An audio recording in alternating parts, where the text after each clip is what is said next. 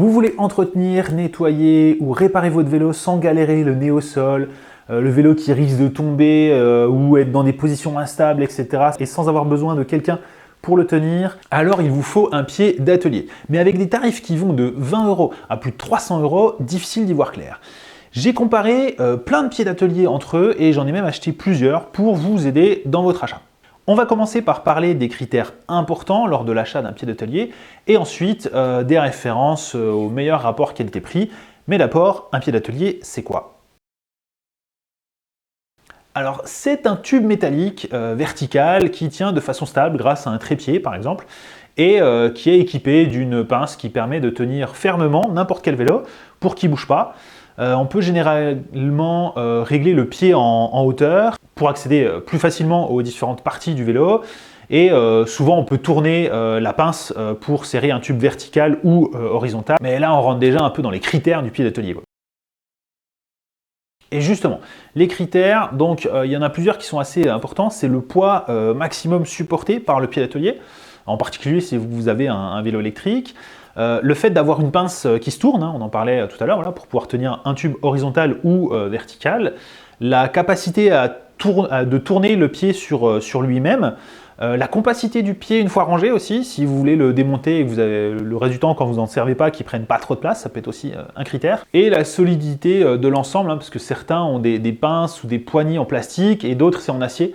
Donc forcément, on va évidemment pas avoir la même solidité et la même durabilité dans le temps. Alors toujours dans les critères, hein, les petits plus, ça peut être un truc pour ranger les outils ou des accessoires pour maintenir la roue avant lorsqu'on attache le vélo sur le pied d'atelier ou ce genre de petites choses. Alors avant de passer à la suite, petite interlude pour vous rappeler que je suis aussi sur Instagram, TikTok, Twitter.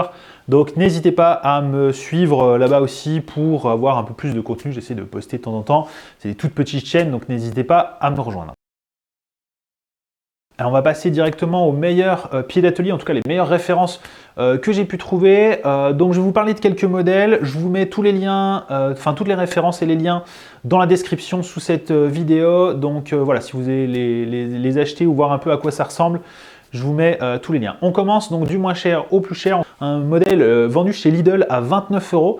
En fait, il est en théorie à 49 €, mais il est très fréquemment en promo à 29 €. Donc si vous le voyez à 49, attendez pour l'avoir un peu moins cher. Il s'agit du modèle Lidl Krivit. Donc il supporte jusqu'à 30 kg. Il est rotatif et donc la pince est antidérapante. Malheureusement, tout est en plastique. Donc pour un usage fréquent, je pense que ça va vite casser. Mais bon, à ce prix-là, si c'est pour un usage un peu occasionnel et si vous faites assez attention à votre pied d'atelier, je pense que c'est vraiment un excellent rapport qualité-prix. En tout cas, il n'y a pas moins cher et a priori, il tient quand même plutôt bien. La colonne verticale, elle est télescopique de 107 à 178 cm, donc ça c'est vraiment beaucoup, c'est une assez bonne amplitude. Après, je vous avoue qu'il est annoncé pour 30 kg, mais c'est quand même très limite. Perso, je ne tenterai pas de mettre un vélo de 30 kg dessus. Mais bon, ça fait à peu près le job pour les vélos un petit peu plus légers et surtout à ce prix-là, on peut difficilement en demander plus, donc c'est quand même pas si mal.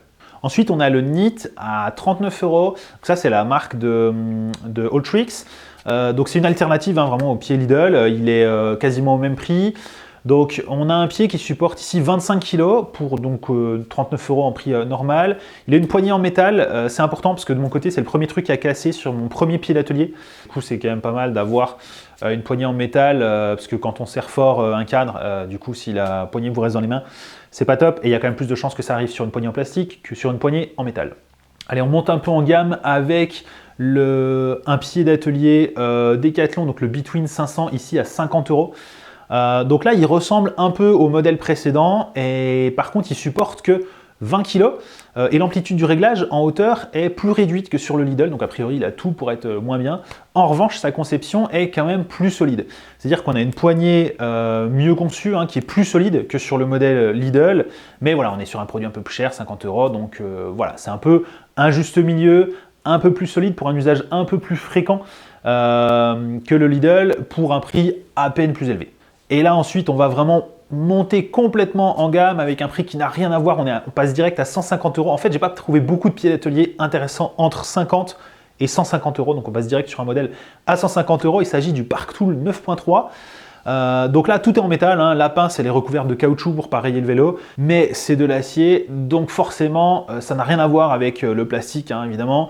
On a une structure à deux pieds, mais c'est très très stable, hein, parce que le pied vertical, en fait, il est penché vers l'avant, donc du coup, ça tient bien. En fait, plus le vélo est lourd, mieux ça tient. D'ailleurs, ce pied, il supporte normalement jusqu'à 36 kg, donc c'est vraiment largement, même pour un vélo électrique.